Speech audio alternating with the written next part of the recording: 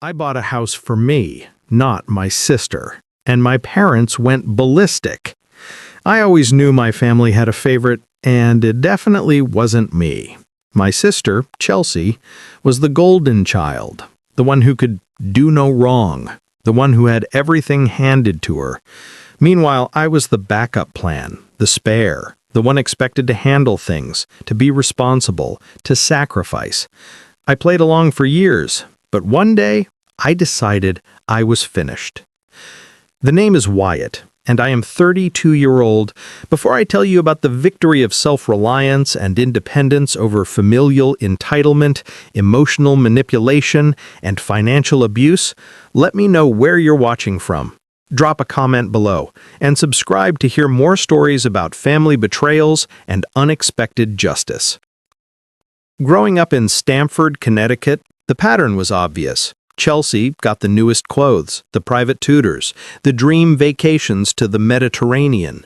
I got lectures about hard work and independence. At 16, I was flipping burgers at a dingy roadside diner off Route 1 while she was prepping for a summer trip to Europe. When I brought it up, my parents told me I needed to understand priorities. Translation: Chelsea's future mattered, mine not so much. I wasn't bitter, not at first. I just assumed that's how things worked. Parents invest in the kid they think will go far, and the other one, well, he learns to fend for himself. So I did. I worked through college at the University of Texas, Austin, lived in cramped apartments with roommates who forgot to pay the $800 rent, and skipped nights out while my classmates partied. Every paycheck, I put something aside.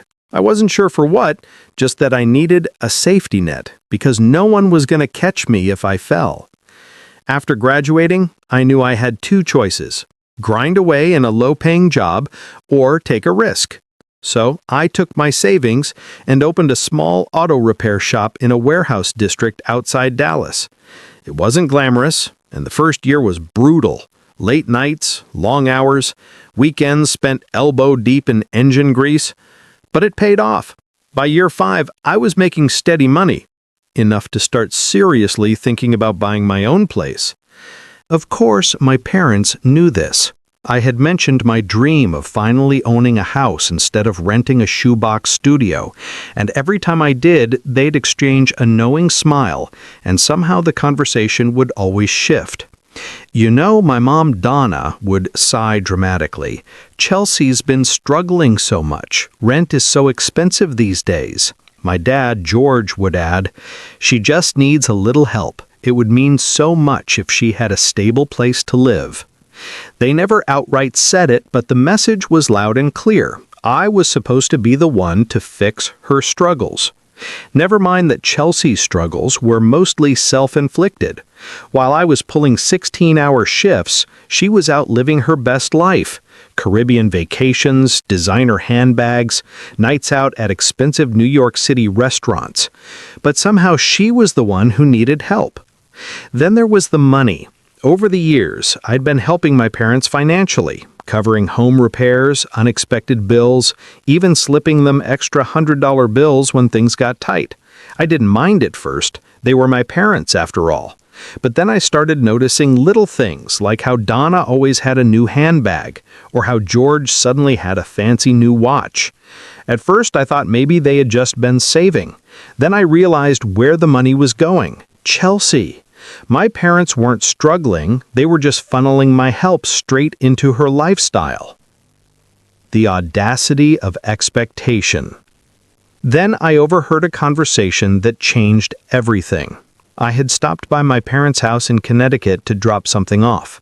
I wasn't planning to stay long, but as I walked past the kitchen, I heard my name. So I did what any rational person would do. I froze in place and listened while pretending to check my phone. "I'm sure he'll do the right thing," Donna was saying. "He's responsible. He's been saving for years." George agreed. "It only makes sense. He can't expect her to struggle." Struggle? Chelsea? The same Chelsea who had never paid a day of rent in her life? The one who still had my parents covering her credit card bills? Something wasn't adding up. And then it hit me. They were talking about my money. I stood there, my heart pounding as the realization sank in. They had a plan where I, without ever being asked, would buy a house, not for myself, for Chelsea.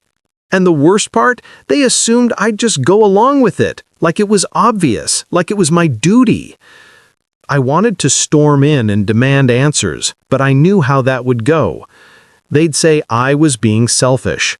They'd talk about family, about responsibility, about how lucky I was to have made it while Chelsea struggled. I'd heard it all before. I needed to think. So I left without saying a word. That night I lay awake staring at the ceiling of my tiny studio apartment in Texas with a flickering kitchen light I still hadn't fixed. I thought about every time I had been told to wait my turn, every sacrifice I had made, every time I had swallowed my frustration and smiled. And I thought about Chelsea, about how she would react if she knew what they were planning. Would she be embarrassed? Grateful? Or would she just assume it was her right? I got my answer the next morning. Chelsea called me out of nowhere, her voice dripping with excitement.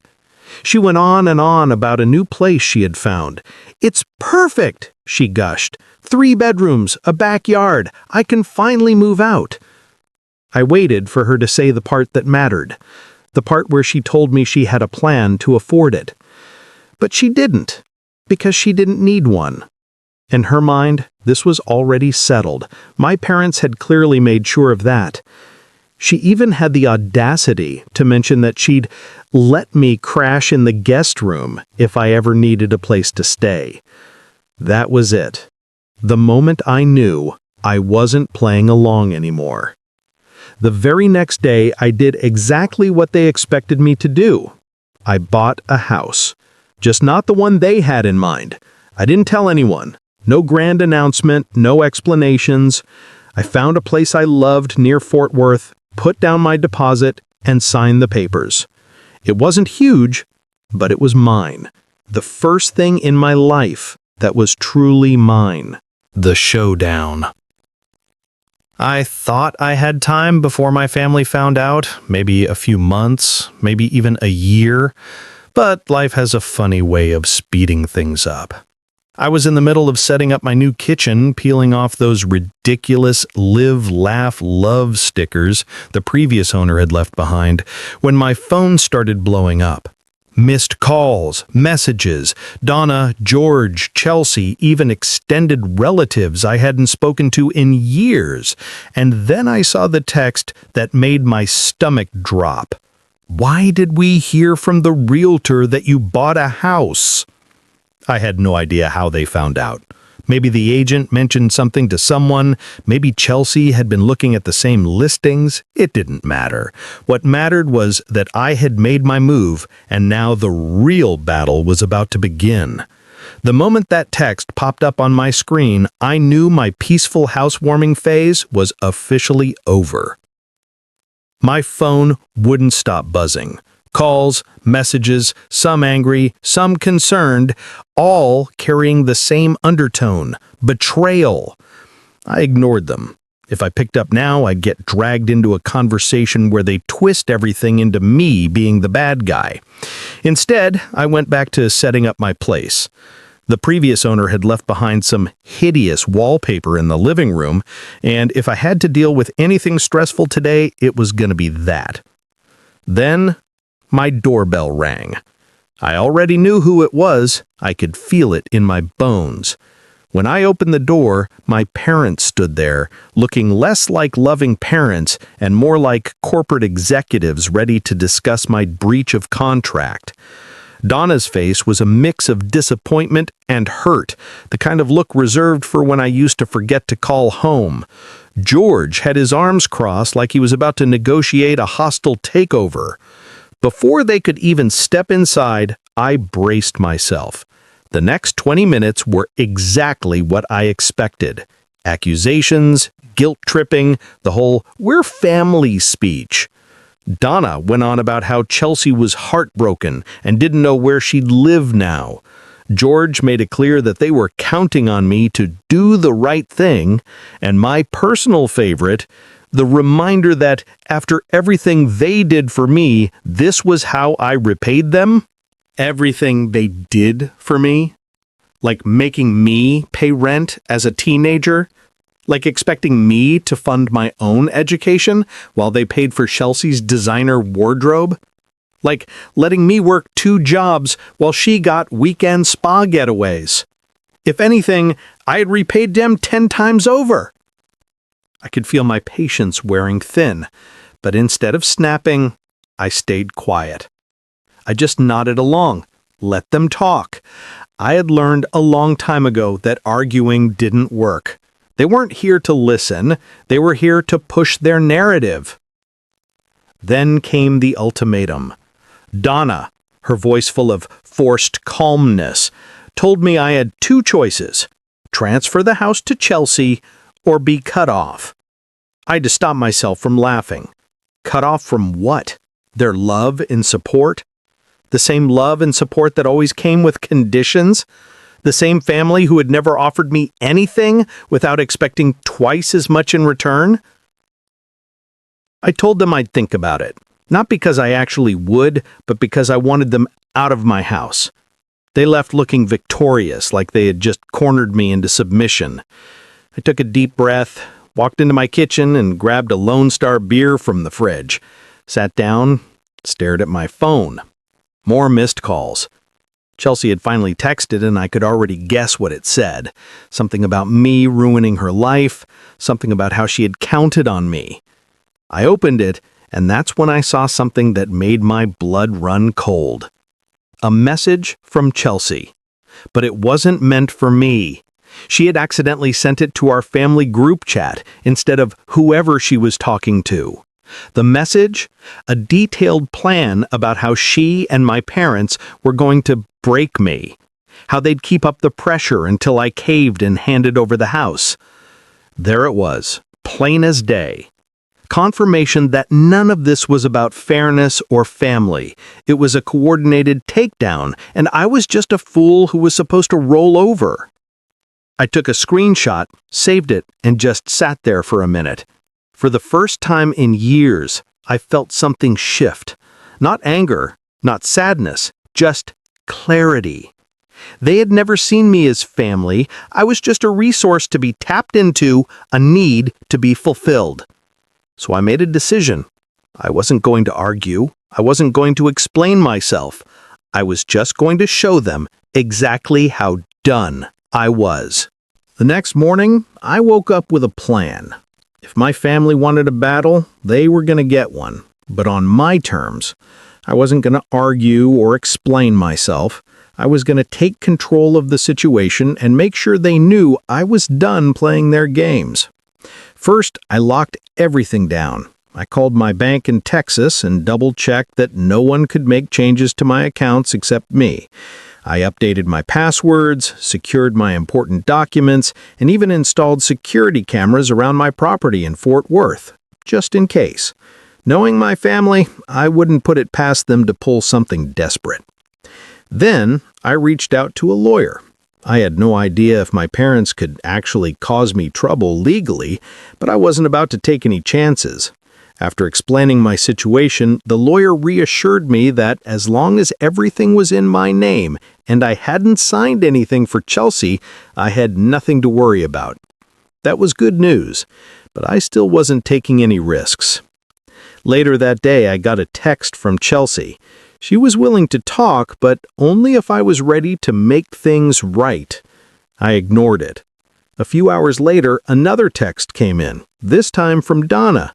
She was worried about me and thought we should have a family dinner to discuss everything. Yeah, right. I wasn't falling for that trap. Instead, I decided to flip the script.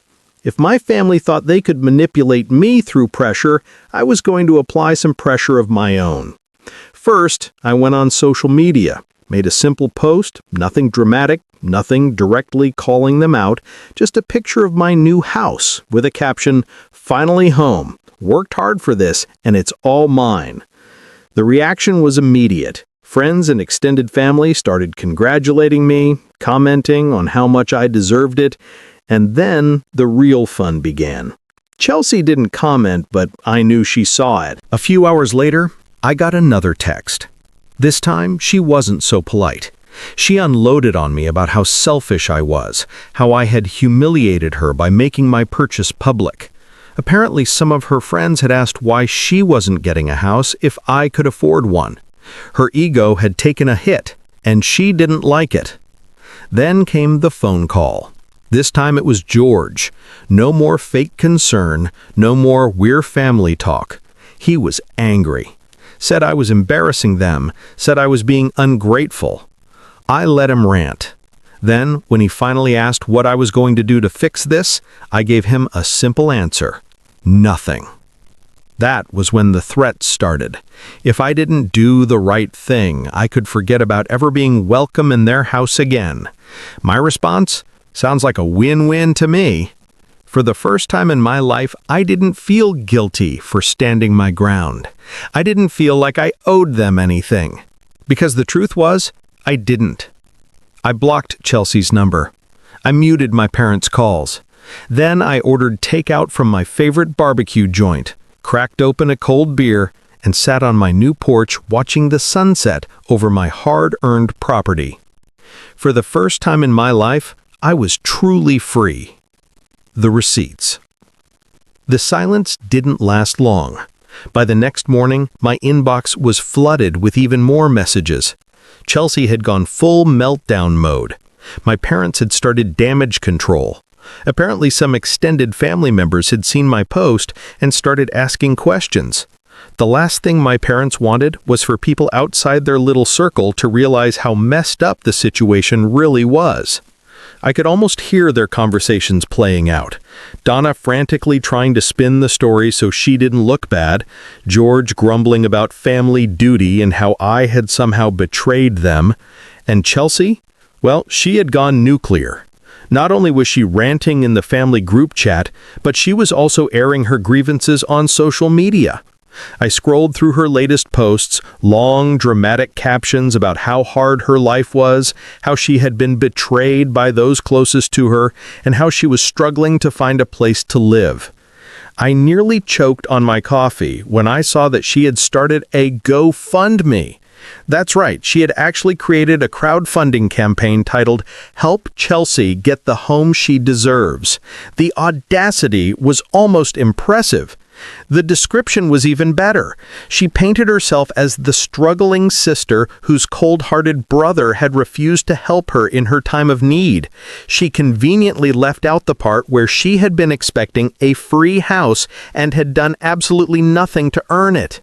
The donations? A grand total of $20, probably from one of her equally entitled friends. I had to admit I was a little disappointed. If you're going to commit to the scam, at least make it believable. Still, the situation was getting ridiculous. I needed to shut this down before it spiraled even further. I had no interest in turning this into an online family feud, but I also wasn't about to let them drag my name through the mud, so I decided to drop one last bomb. I made a new post, but this time I included some receipts, actual screenshots of the text Chelsea had sent me, where she openly admitted to planning with my parents to pressure me into giving her my house. I didn't add any commentary, just the screenshots and a simple caption, clearing up some misunderstandings. The internet did the rest. Within hours, people started calling her out. Friends who had blindly supported her before suddenly went silent. Some even turned on her, realizing they'd been manipulated. Chelsea deleted her GoFundMe and locked her social media accounts. My parents? They weren't handling the heat well either. Apparently, some extended family members had decided to reach out and ask why they thought it was okay to demand a house from their son while coddling their daughter. By the end of the day, the family group chat was dead silent. No more guilt-tripping messages, no more passive-aggressive calls, just silence. And it was glorious. I sat back, watching the sun dip below the horizon, my phone blissfully free of notifications. I had a cold drink in my hand, a playlist of my favorite songs playing in the background, and for the first time in years, I wasn't waiting for the other shoe to drop. I wasn't worried about what my family thought or whether I had done the right thing. I had done the right thing for me, and that was enough. Legal notice. The silence stretched for a full week. No calls, no texts, nothing. I expected my parents to try one last desperate move, but for the first time, they seemed to realize I wasn't budging. Maybe the public embarrassment had finally sunk in. Maybe they were regrouping. Either way, I wasn't about to get comfortable. Then, just as I was settling into my new life, the next surprise arrived. Certified mail, a thick envelope with my parents' return address, the kind that never carries good news. I sat at my kitchen table, coffee in one hand, letter opener in the other, bracing for whatever nonsense was inside. It was a legal notice. My parents were threatening to sue me. I had to read it twice to make sure I wasn't hallucinating. According to the document, they were claiming I had misled them into believing I was purchasing the home for the benefit of the family and had unjustly enriched myself at their expense. It was absurd. I had never made a single promise to anyone about giving my house away. But their desperation had reached new levels. The best part? They were demanding financial compensation for the emotional distress I had caused Chelsea. That's right. She was so distraught over not getting a free house that they thought she deserved money. I did what any rational person would do. I laughed. Then I called my lawyer. The conversation was short. My lawyer barely held back his own amusement as he told me this case had zero chance of holding up in court. At best, it was a scare tactic. At worst, a last-ditch effort to manipulate me into giving in. Either way, I wasn't worried. But I also wasn't about to let it slide. If they wanted to escalate things, I'd escalate them right back. I made a few more calls, one to my bank just to triple-check everything was locked down, and another to a locksmith to reinforce my home security. Then I did the thing I knew would push them over the edge. I sent my parents a certified letter in return, informing them that any further harassment would result in legal action. 2 days later, the phone calls resumed. First Donna, then George, then Chelsea. I ignored them all. They left voicemails, some apologetic, others still trying to guilt-trip me. Donna's was the best. She went from sobbing to furious within a single message, demanding to know how I could turn my back on my own family over something as small as a house. Small? The irony nearly knocked me over. If it was so small, why were they willing to go to court over it? Finally, on the third day, I picked up when George called.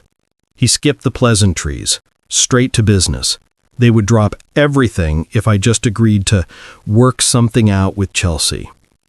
I told him there was nothing to work out. That was the last straw. He exploded, ranting about how selfish I was, how I had betrayed them, how no son of his would ever treat his family this way. It was the kind of speech I had heard a dozen times before, but this time I felt nothing. I let him talk. Then, when he finally ran out of steam, I calmly told him I had nothing left to say, wished him well, told him I hoped they would move on, and hung up. And that was it. The legal threats dropped, the guilt-tripping gone. My parents finally seemed to understand that I wasn't giving in. And Chelsea? Well, she went radio silent. Either she realized she wasn't getting anything from me, or she found another target to latch onto. For the first time in my life, I felt free. No more manipulation, no more obligations, just me, my house, and a future that actually belonged to me. I had won. The quiet victory. The first few weeks of freedom were an adjustment.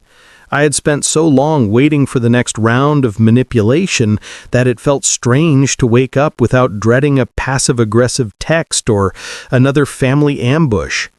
My house actually felt like a home now, not just a place I had to defend. For the first time, I could focus on myself. I got into a solid routine, waking up early, hitting the gym, cooking real meals instead of grabbing fast food on the go. I finally had the time and energy to enjoy the little things, like sitting on my porch with a cup of coffee and watching the world wake up. It was the kind of peace I never realized I needed. But, of course, peace never lasts forever. One afternoon, while working from home, I heard a knock at the door. My gut told me exactly who it was before I even looked. Sure enough, Chelsea. She stood on my porch, looking less like the sister I grew up with and more like a door-to-door salesperson on the last day of the quarter. The entitled confidence was gone, replaced by something that almost looked like desperation. Almost. I didn't let her in. Instead, I stepped outside, arms crossed, waiting for whatever script she had prepared. She started with small talk. Awkward, forced, like she was reading from a badly rehearsed script. Then came the real reason she was here.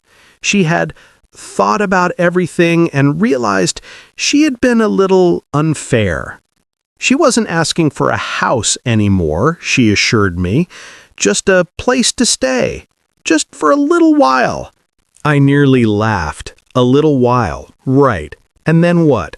I let her move in? And suddenly I'm paying her bills while she lounges on my couch complaining about how unfair life is? Not a chance. I kept my response simple. She had parents who had been bending over backward for her. Why not stay with them? That's when the real truth slipped out. She wasn't welcomed there anymore. Apparently, after everything that went down, Donna and George's reputation took a hit. Relatives who used to enable their behavior weren't so quick to take their side. Even some of Chelsea's friends had distanced themselves. Turns out, when you go viral for trying to scam your own brother, people don't exactly want to be associated with you. Chelsea wasn't just looking for a place to crash. She was looking for an escape from the mess she had made. I didn't take the bait. I told her I wasn't interested in playing that role anymore. No hard feelings, but I wasn't responsible for fixing problems she created. The moment those words left my mouth, her expression changed. The fake humility dropped, replaced with the same old bitterness. She called me selfish, said family should help each other. I just shrugged. She left in a huff, making a dramatic exit that might have worked when we were kids, but all I felt was relief. A few days later, I stopped by the mall in Fort Worth to pick up a few things. While waiting in line at a coffee shop, I heard a familiar voice. It was Chelsea, talking loudly to someone at a nearby table. I wasn't trying to eavesdrop, but when your sister's voice carries like a megaphone, it's hard not to. She was complaining loudly about how hard life was now, how she had to get this work, a real job, like a regular person. She went on about how exhausting it was, how she couldn't believe people did this every day. Meanwhile, the woman she was talking to looked like she was seconds away from reminding Chelsea that most of the population has been doing exactly that forever. I bit my lip to keep from laughing. It was too good. Instead of saying anything, I grabbed my coffee and walked past her table. She didn't even notice me. But as I stepped outside, I couldn't help but smile. For the first time in my life, I wasn't the one dealing with Chelsea's drama. Someone else got to hear her monologue about life's injustices, and you know what? That was fine by me. Later that evening, I got a text from Donna, a last-ditch effort to guilt me into reconsidering. Something about how family sticks together and how she couldn't believe how cold I had become. I ignored it. They had spent years making it clear that I wasn't really part of their definition of family unless I was useful to them. Now, I finally understood something important. I wasn't cold, I was just done. And for the first time in my life, I didn't feel the need to explain myself to anyone. If this story resonated with you, please subscribe to hear more real-life experiences about family betrayal. Thank you for listening, and remember, your personal and financial independence is non-negotiable. When family treats you as a resource rather than a relative, stop arguing, set firm boundaries, and prioritize your own freedom. Your actions must speak louder than their emotional manipulation. Family is about love and support, not toxic control. Drop a like, share this story with someone who might need to hear that message today.